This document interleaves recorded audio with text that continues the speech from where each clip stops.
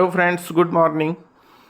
जैसा कि आप स्क्रीन पर देख रहे होंगे, यह एसबीआई सीपीओ का बायोडाटा फॉर्म है जो कि आपको भर के इंटरव्यू के लिए लिए जाना है।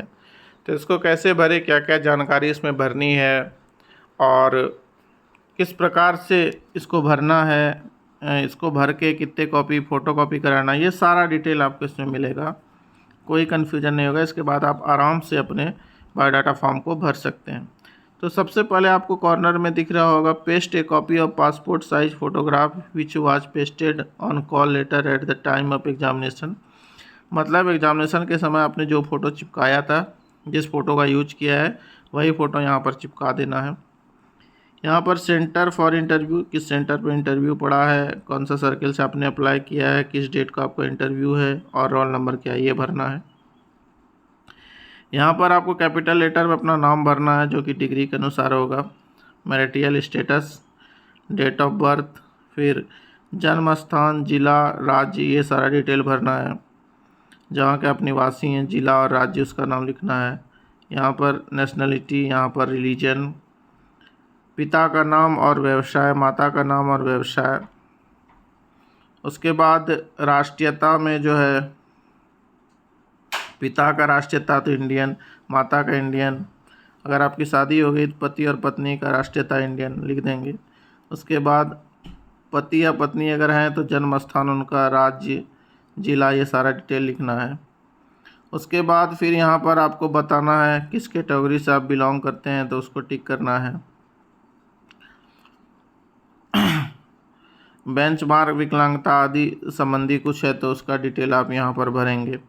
उसके बाद आ जाइए मातृभाषा, तो मदर टंग आपका जो है वो भर देंगे।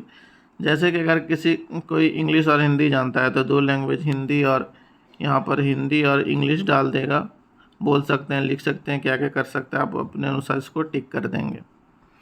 फिर यहाँ पर कॉलम आ जाता है कि आपका जो एजुकेशनल सर्टिफिकेट आती है, तो यहाँ पर 10वीं का प्रमाण पत्र, आयु का प्रमाण, 10th का सर्टिफिकेट लगाना है, किस वर्ष पास हुए, किस महीने में पास हुए, कितना प्राप्तांक हुआ, टोटल कितना मार्क्स था, परसेंटेज क्या आया।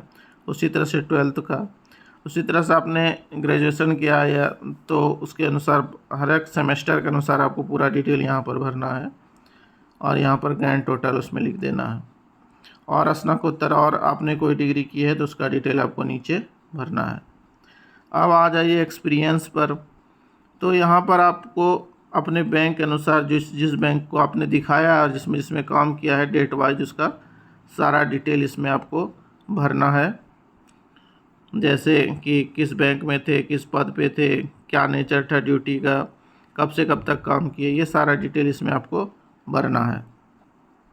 उसके बाद लास्ट 6 मंथ का सैलरी स्लिप का डिटेल, 6 महीने का, लास्ट 6 महीने का बेसिक कितना था, अदर अलाउंसेस कितना था, ये सारा डिटेल इसमें, ग्रॉस सैलरी कितना था, ये सारा डिटेल आपको इसमें भर देना है। ये यहाँ पर सारा भरा जाएगा। उसके बाद ITR 3 साल का लेंगे और उसमें ITR का और फॉर्म 16 के अनुसार जो भी है, जैसे वित्तीय वर्ष, नियोक्ता का नाम, जहाँ आप काम कर रहे हैं, ग्रॉस इनकम कितना था, ये सारा डिटेल इसमें आपको 3 साल के ITR के अनुसार भरना है। उसके बाद बैंकिंग में विशेष शैक्षणिक योग्यता प्रशिक्षण, जैसे JIB CIB आदि अगर कुछ आपने किया हो तो उसका भी डिटेल डाल सकते हैं। खेल पाठ्यक्रम, क्रियाकलाप, और जो बैंक में जैसे खेल वगैरह होता है और किसी में ऐसे राइटिंग वगैरह में कहीं भाग लिया हो तो उसका भी डिटेल लिख सकते हैं। यहाँ पर आपको अपना हॉबी लिखना है। हॉबी लिखते समय ध्यान रखिएगा कि ऐसे मनमर्जी हॉबी नहीं लिख दीजिएगा, क्योंकि हॉबी से क्वेश्चन पूछ सकते हैं वो, और मुझे पूछा गया था इसलिए मैं बता पा रहा हूँ। यहाँ पर परमानेंट एड्रेस आपको डिटेल में लिखना है। यहाँ पर आप प्रेजेंट में जहाँ हैं उसका एड्रेस लिखना है और यहाँ पर परमानेंट लिख दीजिएगा तो ज़्यादा बेहतर रहेगा। पुलिस वेरिफिकेशन क्योंकि आपको इन दोनों स्थानों से कराना होता है। जैसे आपने बैंक का पता दिया जहाँ लास्ट में काम कर रहे थे, तो वहाँ भी आपका पुलिस वेरिफिकेशन होगा और परमानेंट एड्रेस पर भी होगा, तो ये उसी अनुसार आपको भरना है। फिर आ जाइए नीचे, 5 वर्षों के दौरान आप जहाँ रहे हो, जैसे तो उसी का डिटेल दीजिएगा। जैसे बैंक में जहाँ काम कर रहे थे वहाँ का डिटेल और अपने घर में जहाँ रह रहे थे वहाँ का डिटेल, क्योंकि ये डिटेल आदि जो भरते हैं इसका बाद में यूज होता है, क्योंकि आपको इसमें पुलिस वेरिफिकेशन के लिए जो लेटर जाता है तो आपके परमानेंट एड्रेस पे भी जाएगा, करस्पॉन्डेंस पे भी जाएगा। तो इसलिए ये सभी जो है डिटेल ऐसा भरना है जहाँ से कि प्रॉपरली आपका सारा डॉक्यूमेंटेशन हो पाए, नहीं तो बाद में पुलिस वेरिफिकेशन आदि में परेशानी होगी। तो ऐसा एड्रेस हो जहाँ से आपने भरा हो सब कुछ एग्जैक्ट हो, तो वहाँ का डिटेल डालें ताकि आसानी से आपका जो भी डॉक्यूमेंटेशन वहाँ से होना हो जाए।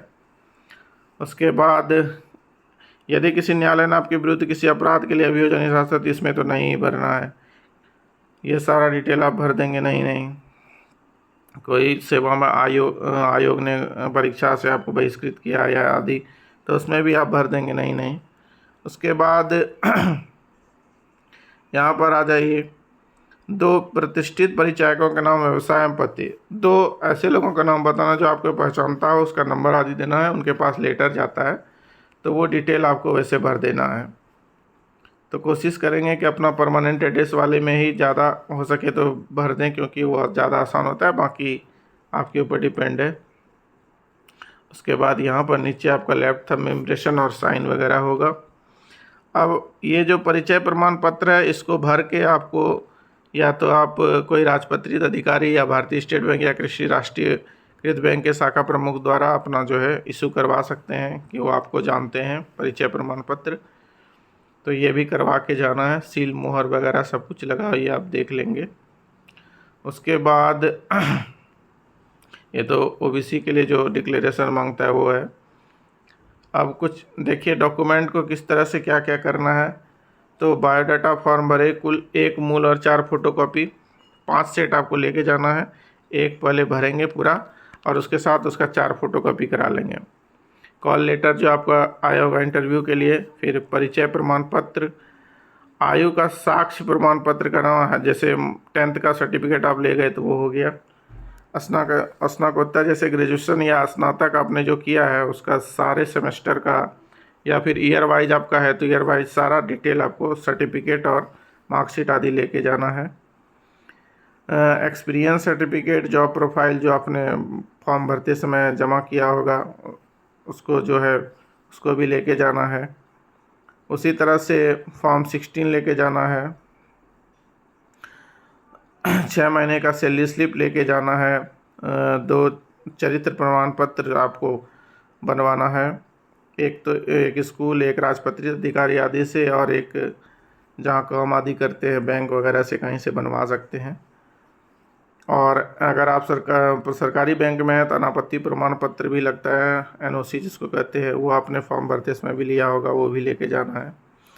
कास्ट सर्टिफिकेट और OBC non creamy layer certificate, EWS certificate अगर आप उस कैटेगरी में बिलोंग करते हैं तो उसको लेके जाना है। अगर बेंचमार्क डिजेबिलिटी है तो दिव्यांग प्रमाण पत्र लेके जाना है। तो इन सभी चीज़ों को लेके जाना है।